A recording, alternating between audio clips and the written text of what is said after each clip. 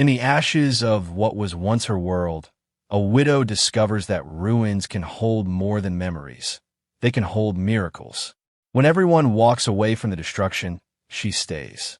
What lies beneath the rubble will rewrite not just her story, but the meaning of loss itself. This is not about what was taken. This is about what was always there, waiting to be found. The wind moves differently through a place that no longer exists. It carries no destination, only the memory of walls that once stood, of voices that once echoed between rooms now open to the sky. Sarah stands at the edge of what used to be her front door, though there is no door anymore, no frame to hold it. Only a threshold marked by scorched wood and the faint outline of hinges embedded in ash. Her children stand behind her, close enough to touch but silent, as if speaking might collapse what little remains. The fire took everything 3 weeks ago, took the photographs, the furniture, the small wooden box where her husband had kept letters he never sent.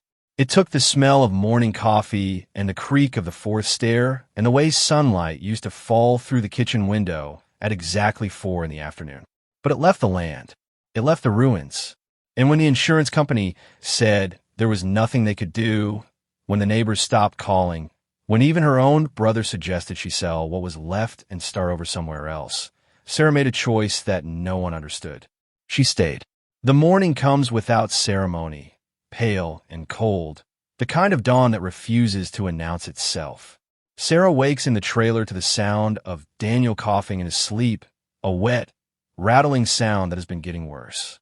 She lies still for a moment, staring at the curved metal ceiling, her thoughts already moving toward the box, toward the questions it holds. Emma is awake too, sitting up in the narrow bunk across from her, reading by the dim light that seeps through the small window. She does not look up when Sarah rises, does not ask where she is going.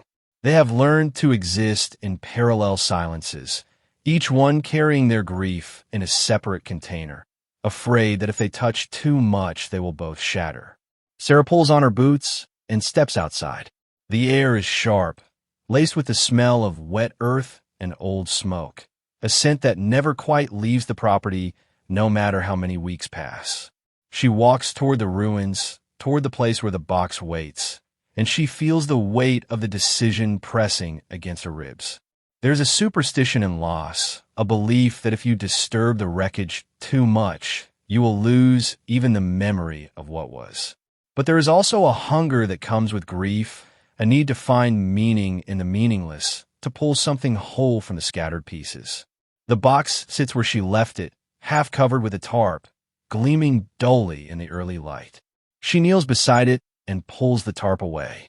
The metal is dark, almost black, but etched along the top are symbols she does not recognize.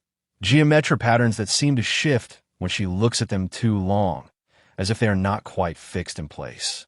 She runs her fingers over the surface and feels a vibration, faint but persistent, like the hum of something alive. Her hands shake as she finds the latch, a simple iron clasp corroded with age, but still intact. She takes a breath, and she opens it. Inside, there is no treasure, no gold, no jewels, no hidden fortune. There is only earth, dark, rich earth that smells of rain and iron, and beneath it, folded carefully, a piece of cloth so old it nearly disintegrates when she lifts it. She unwraps it slowly, and inside is a seed. A single seed, black as obsidian, smooth and cold, no larger than her thumbnail. She holds it up to the light, turning in her palm, and she feels a strange pull in her chest, as if the seed is recognizing something in her, as if it has been waiting not for anyone, but for her specifically. There is no note, no explanation, only this earth cloth seed. She does not understand. She closes the box, wraps the seed back in the cloth, and sits in the ruins trying to make sense of what she has found. Around her, the land is silent, waiting. She thinks of her husband again, of the way he used to garden in the small plot behind the house, hands deep in the soil, talking to the plants as if they could hear him. He believed in growth even when nothing seemed possible. He believed in planting things and trusting the earth to do what it knew how to do. She wonders if he ever knew about the box, if he ever felt the hum of it beneath the ground. Emma finds her an hour later, standing in the center of the ruins with the seed in her hand. "What is that?" she asks, her voice flat, disinterested in the way only a child protecting herself from hope can be. Sarah does not know how to answer. She says, "I don't know yet." Emma nods, unsurprised, and turns to go back to the trailer. But she pauses, looks back. "Are we staying?" she asks, and there is something in her voice that is not quite a question, more like a plea wrapped in resignation.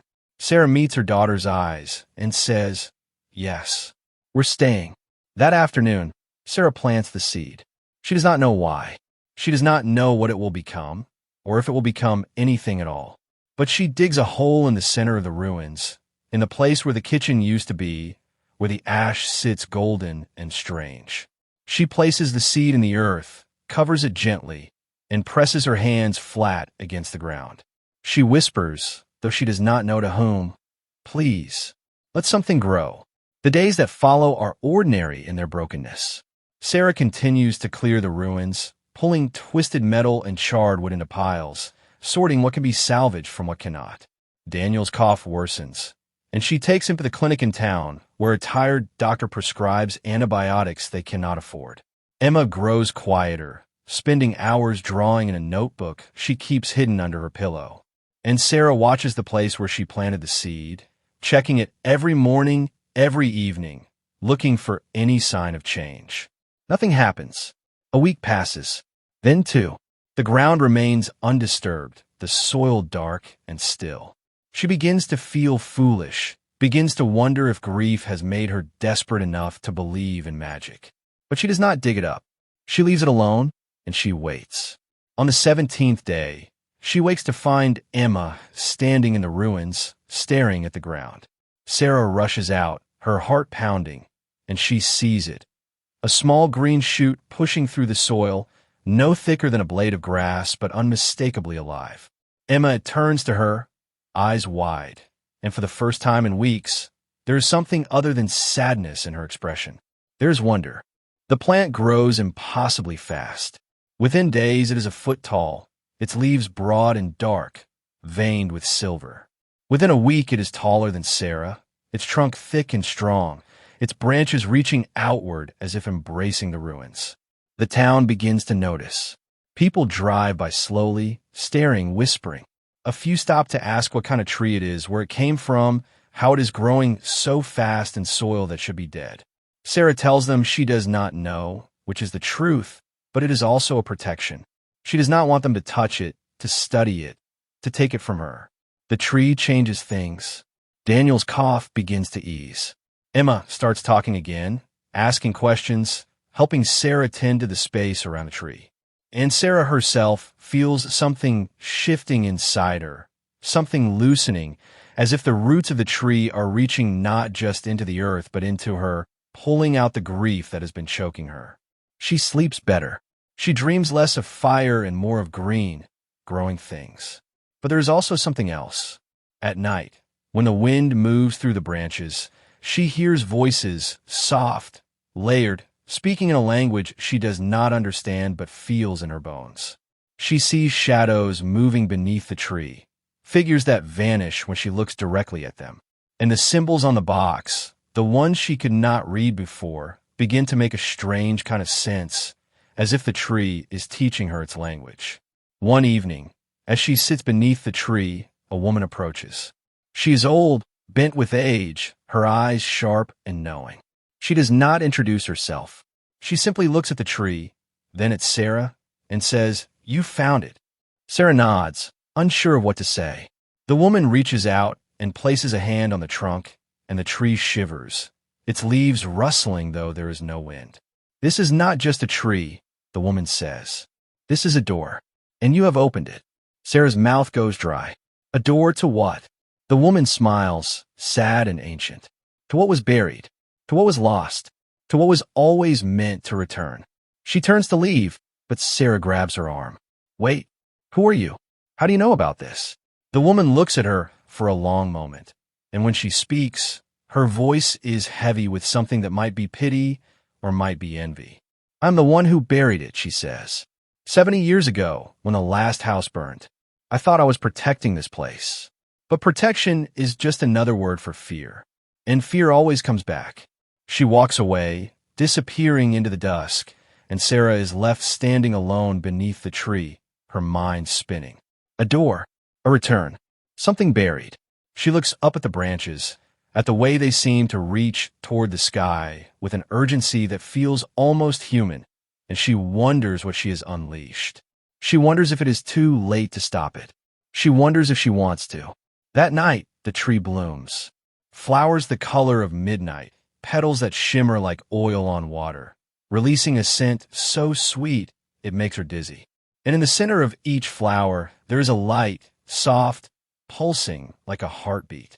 Sarah stands in the ruins and watches the tree transform, and she feels something inside her transform with it.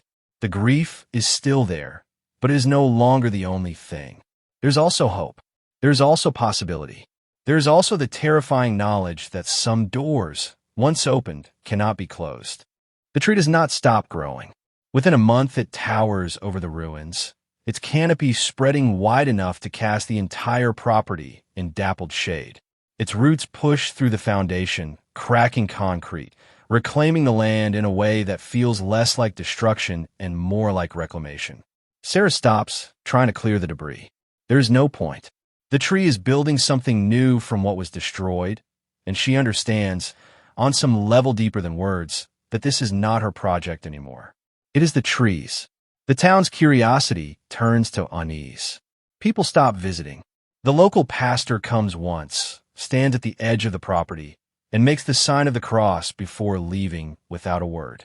A journalist from the county paper calls, asking for an interview, but Sarah declines. She does not want the attention. She does not want to explain what she herself does not understand. But the tree makes its own explanations. At night, it glows, a soft, bioluminescent light that can be seen from miles away, drawing people to the property like moths to a flame. Some come to marvel, some come to pray, and some come with fear in their eyes, demanding that Sarah cut it down before it spreads, before it takes over, before it does whatever it is they are afraid it will do. Sarah refuses. She stands at the edge of the property, arms crossed, and tells them no. The tree stays, and if they do not like it, they can leave. Most do, but a few remain, lingering at the boundaries, watching, waiting for something to go wrong. She can feel their judgment, their suspicion, but she does not care. For the first time since the fire, she feels like she has a purpose, like she is part of something larger than her own grief. Emma and Daniel have changed too. Emma no longer hides her drawings. She brings them out, spreads them across the trailer floor, and Sarah sees that they are not just memories of the old house.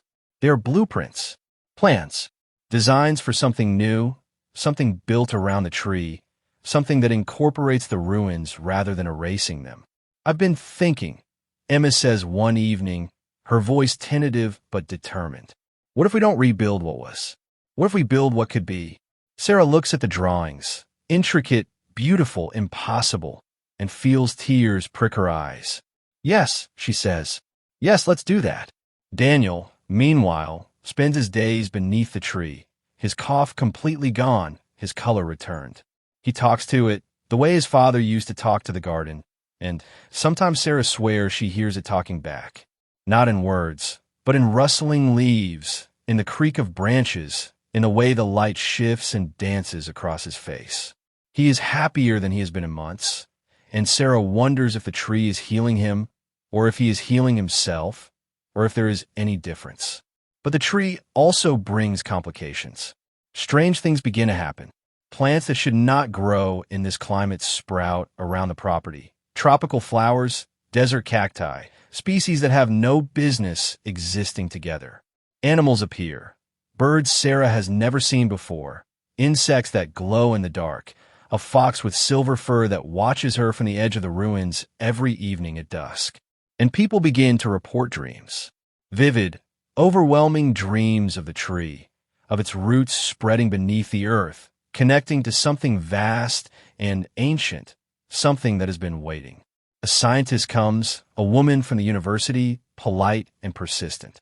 She asks to take samples to study the tree, to understand what it is. Sarah agrees, reluctantly, on the condition that nothing is harmed. The woman takes leaves, bark, a small section of root, and leaves with promises to return with answers. 2 weeks later, she comes back, pale and shaken. "I don't know what this is," she says, her voice barely above a whisper. The cellular structure doesn't match anything in our databases. It's not a known species. It's not even a known genus. And the growth rate, it's impossible. Biologically, this tree should not exist. Sarah feels a chill. What does that mean? The scientist shakes her head. "I don't know. But whatever it is, it's not natural. It's something else. Something we don't have words for." She leaves, and Sarah is left standing beneath the tree, wondering what she has planted, what she has allowed to grow. The old woman returns. She does not announce herself, simply appears one evening as the sun sets, standing at the edge of the property, leaning on a cane. Sarah sees her and walks over, her heart pounding. "You came back," she says. The woman nods. "I had to. I thought I could leave it alone, but I can't. Not now that it's awake." She looks at the tree, and there is something in her eyes. Reverence, fear, regret. "I need to tell you what I know. I need to tell you what I did." They sit on the porch steps of the trailer, and the woman begins to speak. Her name is Margaret, and 70 years ago, she lived on this land with her family. There was a fire then too, just like Sarah's, and it took everything. But Margaret's grandmother had been a keeper of old knowledge, a woman who understood the language of the earth, and before she died, she gave Margaret the box. She told me, Margaret says, her voice trembling, that inside was a seed from the first tree, the one that grew when the world was young, when there was no difference between the living and the dead, when the earth remembered everything. Sarah listens, her breath caught in her throat. She said that if I ever lost everything, if I ever felt like there was nothing left, I should plant it. That would grow a doorway back to what was lost. But I was afraid. I thought it was too dangerous, too powerful. So I buried it. I thought I was protecting the land. But all I did was delay the inevitable. What is it a doorway to? Sarah asks, her voice barely audible. Margaret looks at her, and her eyes are full of something that might be sorrow or might be awe. To the memory of the land. To everything that has ever lived here, every person, every creature, every moment. It's a tree that remembers. And when it blooms, it brings those memories back. Not as ghosts, as possibilities, as chances to rewrite what was lost. Sarah feels the ground shift beneath her, as if the roots of the tree are moving, as if the earth itself is listening. You're saying this tree can bring back the dead? Margaret shakes her head. No, not bring them back, but it can show you what they left behind. It can give you a choice to hold on to what was, or to let it transform into what could be. That night, Sarah dreams. She dreams of her husband, not as he was in the fire, but as he was in the garden, hands deep in the soil, smiling. He looks at her and says, "You don't need to bring me back, Sarah. You just need to let yourself grow." She wakes with tears on her face and the realization that the tree is not offering her the past. It is offering her permission to live. The tree reaches its full height in the 3rd month. It is massive, ancient-looking despite being only weeks old. Its trunk is wide as a car, its branches creating a cathedral of green above the ruins. The roots have completely overtaken the foundation, breaking through concrete and stone, creating a network that spreads far beyond the property lines. Neighbors complain, but there is nothing to be done. The tree cannot be cut. When someone tries, the chainsaw sputters and dies. When someone tries to poison the roots, the chemicals dissipate into the soil harmlessly. The tree is untouchable, and it knows it. Sarah stops, fighting the transformation. She begins to build, following Emma's designs, constructing a new home not on top of the ruins but within them, using the tree as the centerpiece. She salvages wood from the old house, metal from the wreckage, and begins to create something that is part shelter, part monument, part living sculpture. The work is slow, exhausting, but it feels right. It feels like healing. The dreams intensify, not just for Sarah, but for everyone who comes near the tree. They dream of their own losses, their own fires, their own ruins. And they dream of growth, of green things pushing through ash, of life refusing to be extinguished. Some are frightened by the dreams. Some are angry, but some are changed. They come to Sarah, asking questions, asking for permission to sit beneath the tree, to touch its bark, to feel whatever it is that pulses through its roots. Sarah begins to understand that the tree is not hers. It never was. It belongs to the land, to the memory of the land, and she is simply its steward. She opens the property to those who want to visit, setting only one rule: respect. Respect the tree. Respect the silence. Respect the grief that brought it into being. Most people do. A few do not, and they find themselves unable to stay, unable to bear the weight of what the tree shows them. One evening, a man arrives. He is middle-aged, hollow-eyed, carrying a photograph of a woman and a child. He does not speak, simply walks to the tree and places the photograph at its base. He sits there for hours, and when he finally stands, his face is wet with tears, but there is something lighter in his expression, something unburdened. He looks at Sarah and says, "Thank you." She does not know what he experienced, but she understands. The tree gives people a place to set down their grief, to let it be held by something larger than themselves. Margaret visits often, and she and Sarah develop a quiet friendship, two women bound by loss and by the strange, miraculous thing growing between them.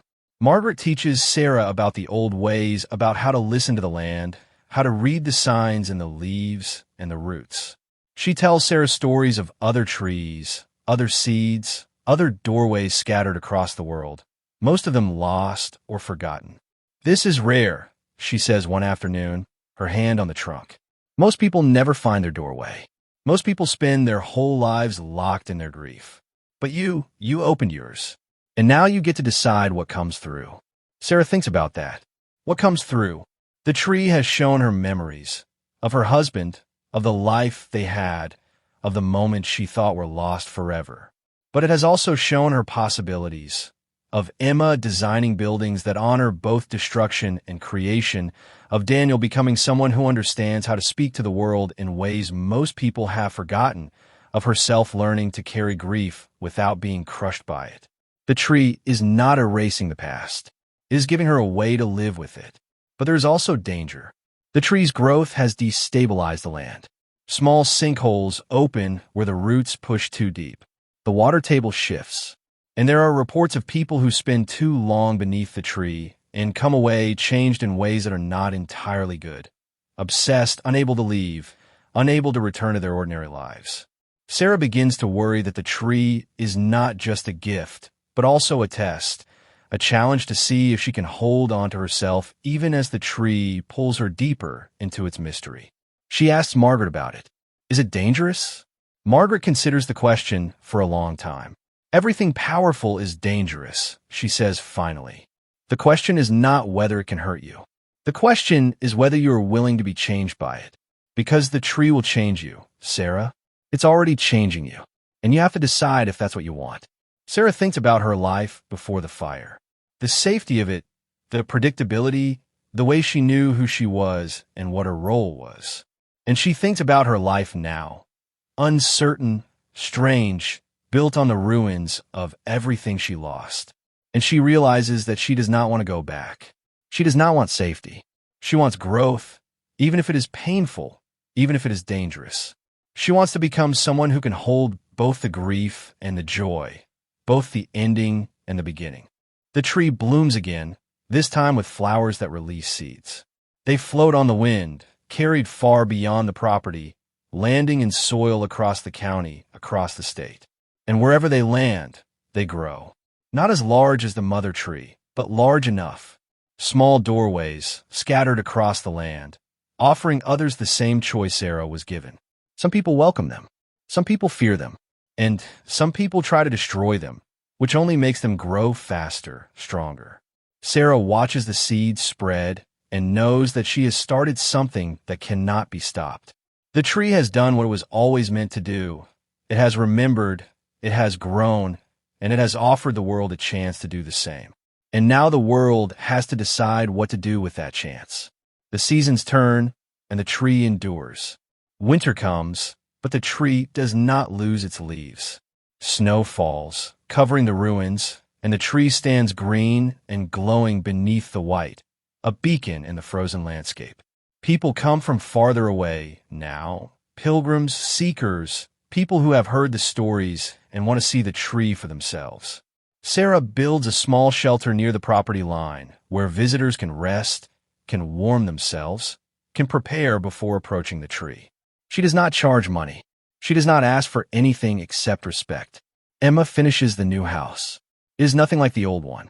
It spirals around the tree, levels connected by staircases made from salvaged wood, windows positioned to catch the light filtering through the leaves. It is part treehouse, part cathedral, part sculpture. Architects come to study it, to understand how Emma has incorporated the living structure of a tree into the design, how she has created something that grows with the tree rather than against it.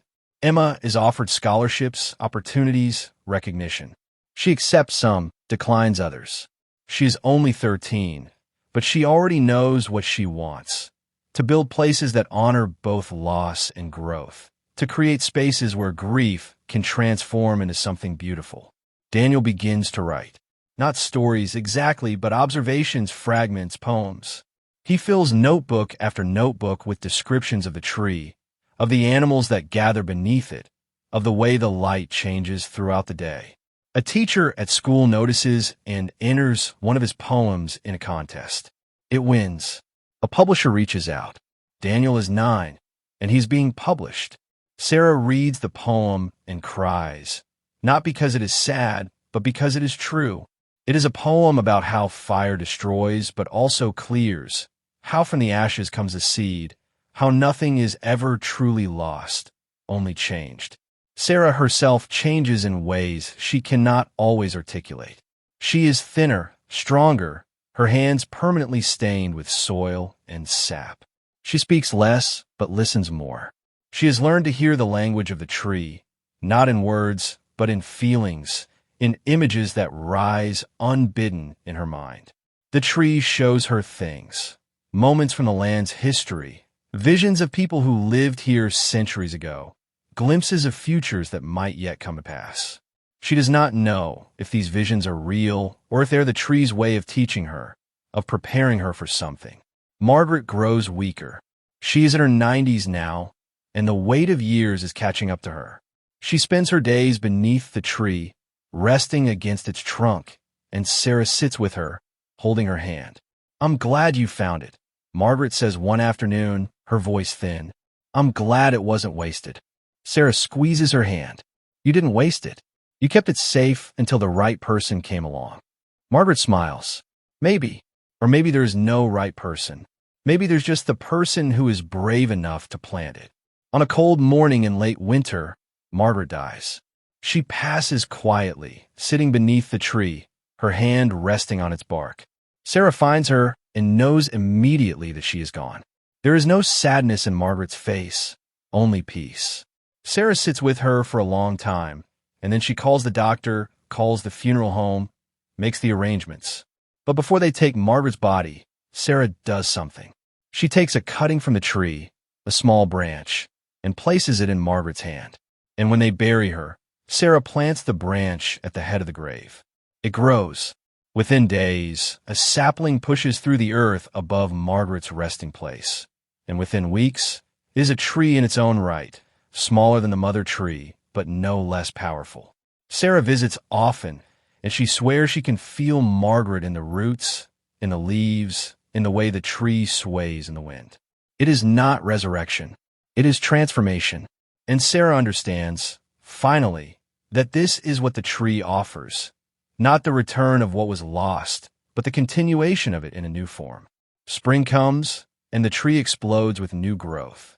Flowers bloom in colors that do not exist in nature. Blues that shimmer like deep water, reds that pulse like heartbeats, golds that glow like captured sunlight. The scent is overwhelming, drawing insects, birds, animals for miles around. The property becomes a sanctuary, a place where the natural and the supernatural blur, where the boundary between what is real and what is imagined becomes thin. And people continue to come. They come with their losses, their griefs, their questions. They sit beneath the tree, and they are changed. Some find peace. Some find purpose. Some find nothing but more questions. But all of them leave different than they arrived, and that is the point. The tree does not promise answers. It promises transformation. And transformation is always uncomfortable, always uncertain, always worth it. Sarah begins to teach. Not formally, but in the way Margaret taught her, through stories, through observation, through the slow, patient work of helping people learn to listen to the land. She shows them how to plant seeds, how to tend to growth, how to honor what has been lost without being trapped by it. Young people come, old people come, people from all walks of life who sense that the world is changing, that the old ways are no longer sufficient, that something new is needed. One evening, as Sarah sits beneath the tree, a young woman approaches. She is in her 20s, thin and hollow-eyed, carrying a small backpack. She does not speak, just sits down beside Sarah and stares at the tree. Sarah does not ask questions, just sits with her. After a long time, the young woman says, "I lost my family. All of them. Car accident. 3 months ago." Sarah nods. "I'm sorry." The young woman is silent for a moment, then says, "How do you do it? How do you keep going?" Sarah thinks about the question. She thinks about the fire, about the box, about the seed. She thinks about Emma and Daniel, about Margaret, about all the people who have come to the tree seeking something they cannot name. And she says, "You don't keep going the way you were. You become something else. You let the grief change you, and you trust that what you become will be worth it." The young woman nods, tears streaming down her face. She reaches out and touches the tree, and Sarah watches as something shifts in her expression, as some weight lifts, as she takes her first breath in months that is not choked with grief. She stays for 3 days, sleeping beneath the tree, waking to find herself held by its roots, comforted by its presence. And when she leaves lighter, changed, ready to face whatever comes next. This is what the tree does. This is what it was always meant to do. It does not erase grief. It does not bring back what was lost, but it offers a doorway, a passage from what was to what could be. And it asks only one thing in return, that you be willing to walk through it. The day it happens, Sarah is alone. Emma is at school. Daniel is with a friend, and the property is empty except for the tree and the wind and the slow, steady hum that has become so familiar she barely notices it anymore.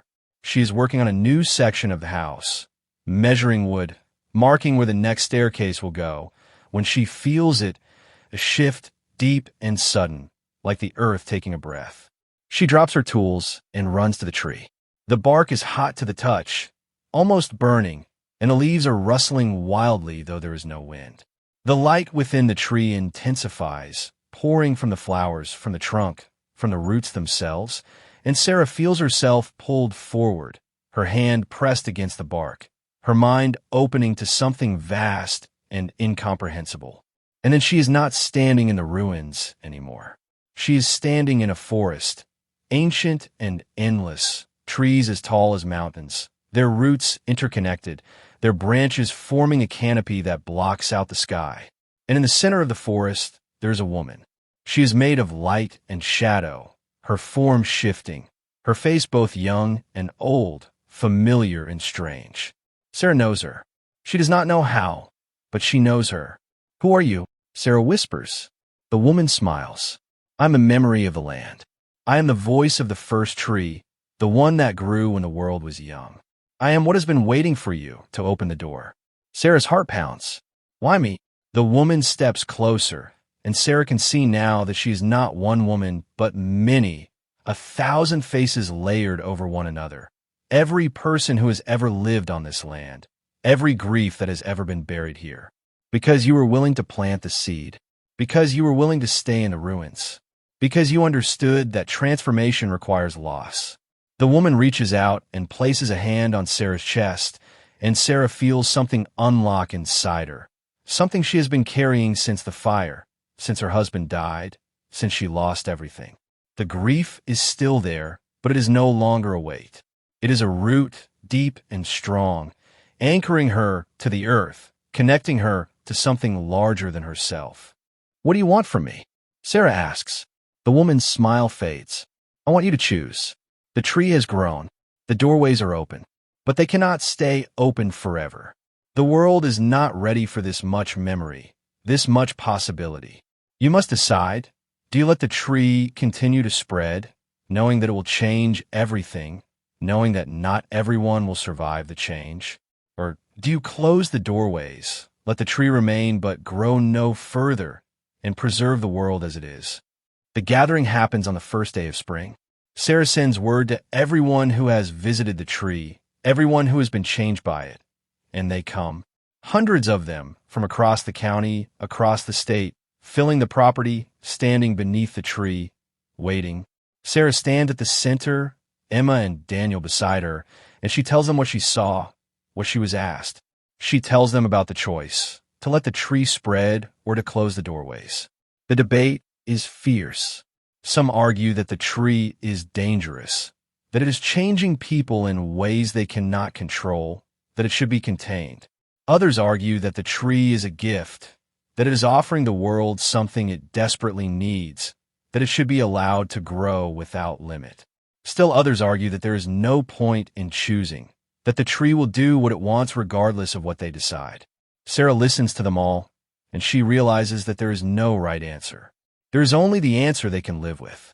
And so she asks them to vote, not for what they think should happen, but for what they are willing to accept. And when the votes are counted, the decision is clear. They will let the tree spread, but slowly, carefully, with intention. They will tend to the new trees as they grow, will help people understand what they are, will create a network of stewards who will protect and guide the transformation. It is not perfect. It is not simple, but it is a choice made together, and that matters. Sarah plants the last seed herself in the center of the town square, and she watches as it takes root, as it begins to grow. She knows that not everyone will welcome it, that there will be resistance, that some people will try to destroy it. But she also knows that the tree is stronger than fear, that transformation cannot be stopped once it begins, that the world is ready for this change, even if it does not yet know it. Emma and Daniel stand beside her, watching the new tree grow, and Sarah feels a peace she has not felt in years. The grief is still there, woven into her roots, part of who she is. But it is no longer the only thing. There is also hope. There is also purpose. There is also the knowledge that from the ruins, something beautiful can grow. The tree in the town square blooms that evening, flowers opening to the sky, releasing seeds on the wind. And across the world, people look up and see them falling, landing in soil, taking root. And they understand, without words, that something has changed, that a door has opened, that they have been given a choice. To stay as they are, or to become something new. Sarah walks back to the house built around the tree, her children beside her, and she knows that she has done what she was meant to do. She has planted the seed. She has tended the growth. And now, the rest is up to the world. The tree stands in the ruins, glowing softly in the twilight, its roots reaching deep into the earth, its branches reaching toward the sky. And in the space between what was and what will be, Sarah finds her peace.